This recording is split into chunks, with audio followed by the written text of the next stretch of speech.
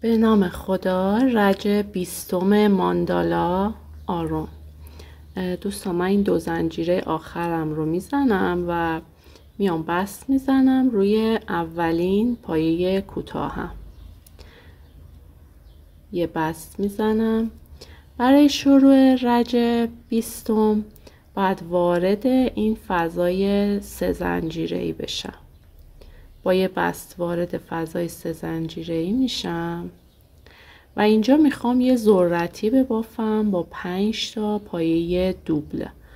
یعنی حالا میتونم برای اولین پایه دوبلم 4 تا زنجیره بزنم به جاش که کارم ارتفاع بگیره. 1 2 3 4 تا زنجیره به عنوان اولین پایه دوبلم. بعد 4 تا پایه دوبل دیگه هم میبافم.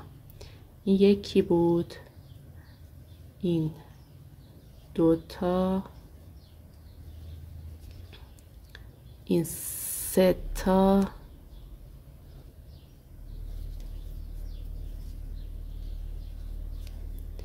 این 4 تا، اینم 5 تا. 5 تا پایه دوبل زدم. حالا میخوام تبدیلش کنم به ذرتی. چون اولین پایه‌مون زنجیره هستش، قلاب رو وارد آخرین زنجیره میکنم، یعنی زنجیره 4م، و از پشت هم این نخ رو میگیرم و میکشم از اینجا بیرون و یک بست میزنم. این میشه ذرتی. 3 تا زنجیره میزنم. اینجا 3 تا فضای 3 زنجیره‌ای داشتیم دیگه. تو هر کدومش ما میخوایم یه ذرتی ببافیم. دوره تو فضای بعدی هم یه ذرتی با 5 تا پایه دوبل. بذارید من این 5 تا پایه دوبل رو بزنم و بعد ادامهش رو فیلم بگیرم.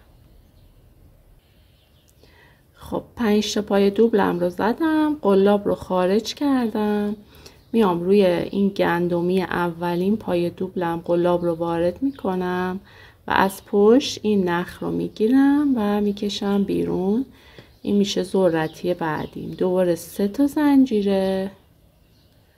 داخل این فضای 3 زنجیره آخر من باید یه ذرتی ببافم. ببافید دوستان.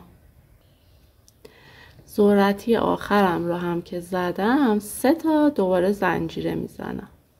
ما بین همه اینجا 3 تا زنجیره داریم. تو رج قبلی ما 2 تا پایه چوب داشتیم، درسته؟ این پایه چوب و این پایه چوب. میخوام یه پایه دوبل نیمه دور این بزنم، یه پایه دوبل نیمه دور این و با هم دیگه ادغامش کنم. 2 بار نخ دور قلاب، از دور این پایه چوبلم یک پایه دوبل نیمه میزنم، یعنی 2 بار کور میکنم. 2 تا نخ آخر رو نگه میدارم.